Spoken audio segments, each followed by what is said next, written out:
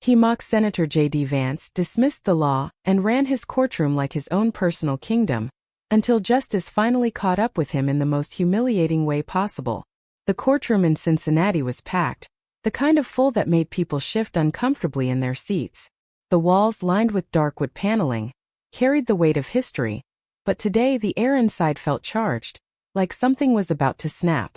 At the center of it all sat Judge Robert Calloway, a man whose name carried a reputation, though not the kind most judges wanted. He was known for his theatrics, for cutting people off mid-sentence, for turning the courtroom into his personal stage.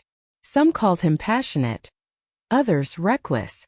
But today, he was particularly impatient, flipping through documents with an audible sigh, barely glancing at the witness stand. And then there was J.D. Vance. The senator sat with a straight back, composed, wearing a dark navy suit pressed to perfection. He wasn't the kind to be easily rattled.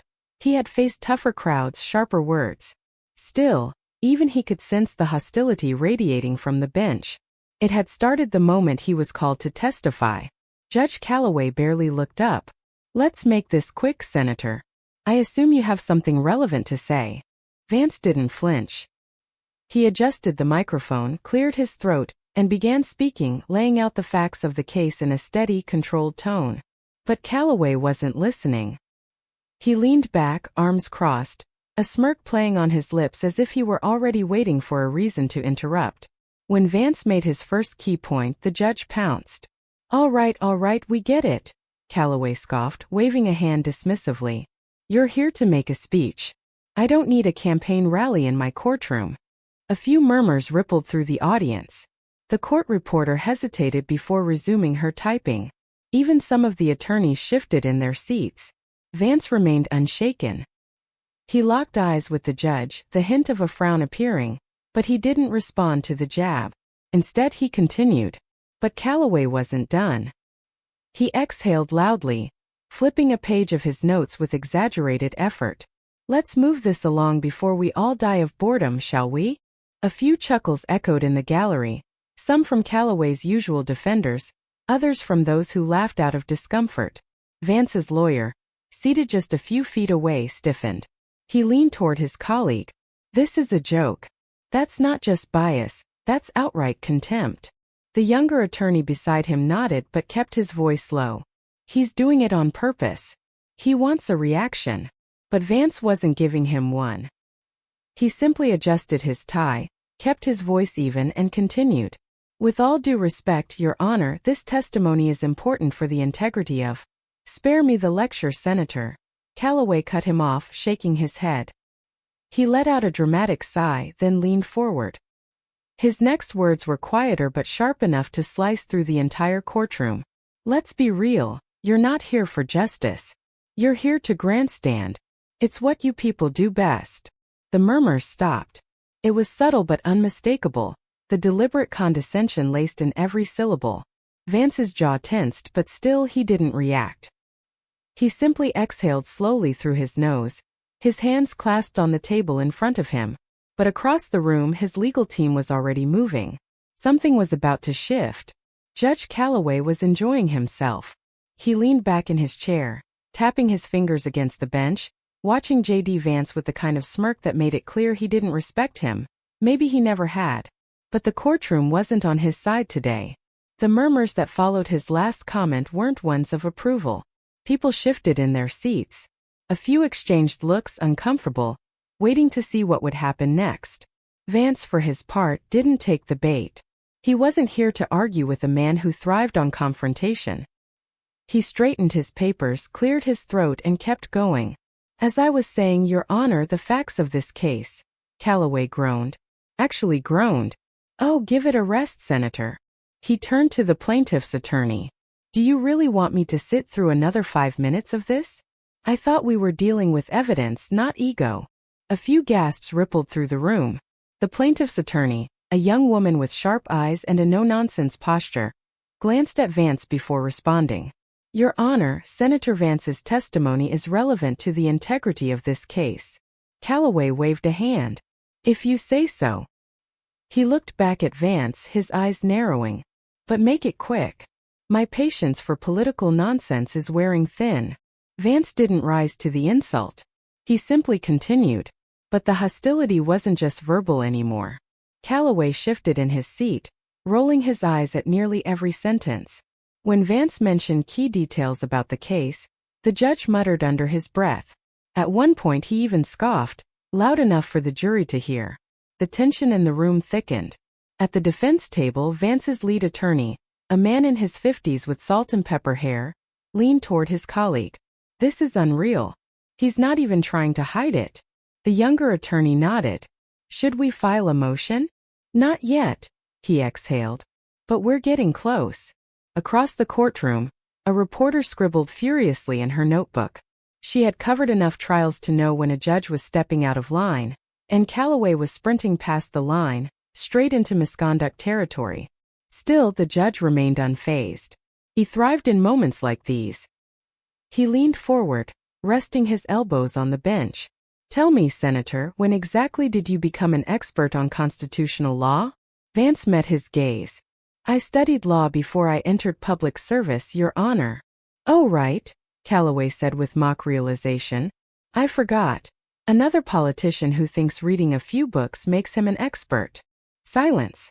Even the bailiff, a man who had worked in this courtroom for over a decade, didn't move. Calloway wasn't just being rude. He was belittling a sitting U.S. senator in a courtroom on record in front of a jury. And he didn't care. Vance let a few seconds pass. Then he leaned slightly forward, his voice calm, measured. Your Honor, I'd appreciate it if we could focus on the case. Calloway laughed, actually laughed. Oh, that's rich. He looked out at the jury as if they were in on the joke. He wants me to focus. You hear that? No one laughed with him.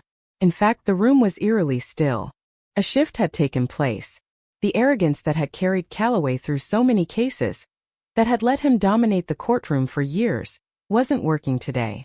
But he was too wrapped up in his own ego to notice. And then, the heavy double doors at the back of the courtroom creaked open.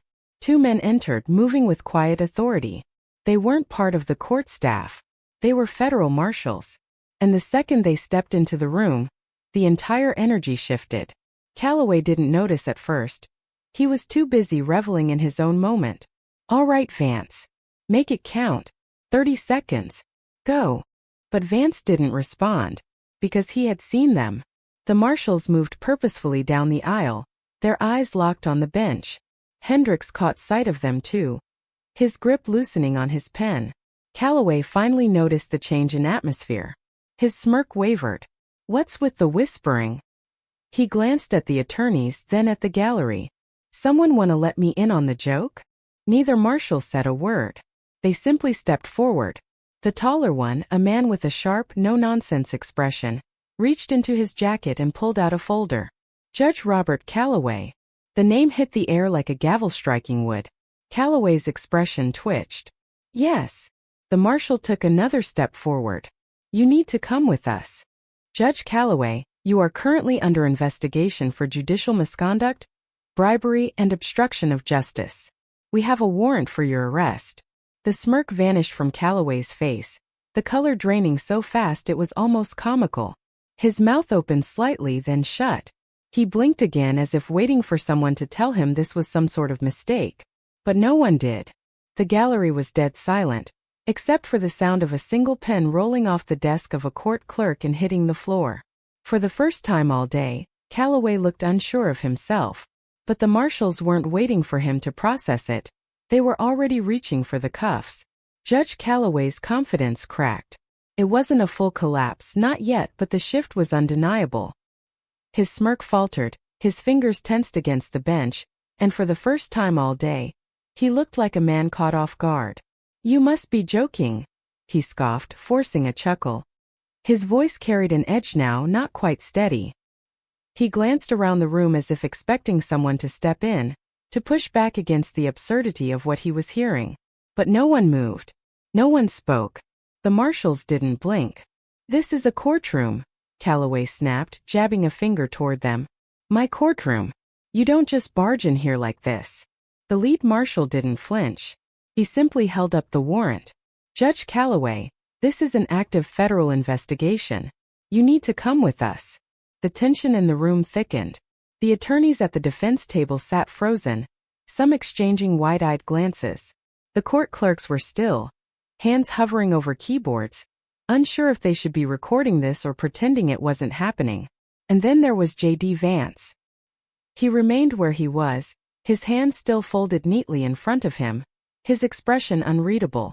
But there was something in the way he sat, calm, collected, as if he had already seen this coming. Calloway's breathing picked up. He clenched the armrest of his chair, shaking his head. No, I don't think so. His voice had an unhinged quality now, like a man desperately trying to reassert control. I don't know what kind of stunt this is, but I'm in the middle of a trial and You are no longer in session, the marshal interrupted, his voice even but firm. You are under arrest. The words hung in the air, suffocating the last remnants of Calloway's arrogance.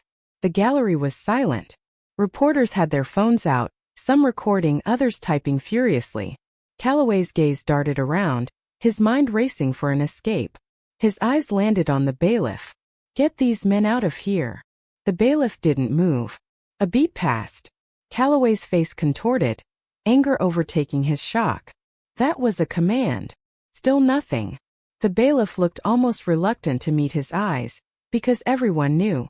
Everyone had always known that Calloway wasn't a fair judge. That his rulings leaned too conveniently in favor of certain parties. That his temper could tip cases before the arguments even started. But now it wasn't just whispered suspicions. Now it was official. Calloway shot up from his chair, sending his gavel clattering to the desk. I will not be humiliated like this. Do you understand who I am? The lead marshal's expression didn't change. He stepped closer, his hand resting near his cuffs. Judge, I strongly suggest you cooperate. Calloway let out a bitter laugh, shaking his head. Oh, you suggest? That's cute. His voice dripped with sarcasm, but it was forced now. Desperate. And if I don't? The marshal didn't hesitate. Then we take you by force. Another thick silence. Calloway exhaled sharply through his nose, his hands curling into fists at his sides. The arrogance in his posture was still there, but it was cracking beneath the bravado. Something else was creeping in, panic. He looked out at the gallery again. At the reporters. At the jury. At Vance. Still unmoving. Still watching. And suddenly, for the first time in his career, Calloway wasn't in control. The realization hit him like a slap to the face. His breath was coming in short bursts now. His face was flushed, a stark contrast to the icy silence that had settled over the courtroom. You're making a mistake, he said, his voice lower but no less venomous. A massive mistake. The lead marshal didn't respond. He simply extended his hand, palm up. Turn around. Calloway let out a humorless chuckle. You think I'm just going to comply? That I'm going to let you parade me out of here in cuffs like some criminal? You are a criminal, the marshal said, his voice firm. Now turn around. Calloway's jaw clenched. His eyes darted toward the bailiff again, then to the court clerks, to the attorneys, the jury, anyone, someone. He was looking for a lifeline, but no one spoke, no one moved, because this time he was alone. You don't understand, Calloway tried again, his voice tight. This is political, a hit job. I have connections. That's enough, the marshal said, taking a step forward. Calloway instinctively stepped back, bumping into his chair. He gripped the desk in front of him as if clinging to the last shreds of his authority. No, he muttered, shaking his head. No, I'm not doing this. The second marshal, who had remained silent up until now, finally spoke. Judge, you can walk out of here with dignity, or we can drag you out. Your choice. Calloway's hands trembled against the desk. His chest rose and fell too quickly. He was a man who had spent years controlling the fate of others with the swing of a gavel. And now, in an instant, he was just another defendant. Another man who had to answer for his actions. J.D. Vance was still watching. Silent. He had not spoken since the marshals entered. He didn't need to. The weight of what was happening was enough. A tense moment stretched between Calloway and the marshals. Then he moved. Not fast. Not aggressive. But enough. He straightened his back, exhaled sharply through his nose and turned. His hands balled into fists at his sides, knuckles white as he forced himself to remain composed. The marshal stepped behind him, pulling the cuffs from his belt. The sound of metal clicking open was deafening in the quiet room. Calloway squeezed his eyes shut. Then click. The cuffs snapped shut around his wrists. A hush fell over the room, thick with disbelief. Even those who had seen it coming, the attorneys, the journalists, the clerks, sat frozen, as if waiting for someone to tell them this was all some elaborate trick. It wasn't. Calloway swallowed hard, his shoulders tense. His head stayed high, but it was no longer arrogance keeping it there. It was defiance. The marshal placed a firm hand on his arm, guiding him toward the steps that led down from the bench. His footsteps echoed as he descended, not as a judge but as a man in custody. For a fleeting second, his eyes flicked toward Vance. Vance met his gaze, steady, unmoved. Calloway looked away first. The gallery, the jury, the attorneys. Everyone watched as he was escorted down the aisle, past the rows of stunned faces, past the courtroom he had once ruled over. As he neared the exit, something slipped from his desk, his gavel. It clattered onto the floor with a dull final thud, and Judge Robert Calloway walked out in handcuffs. His reign was over.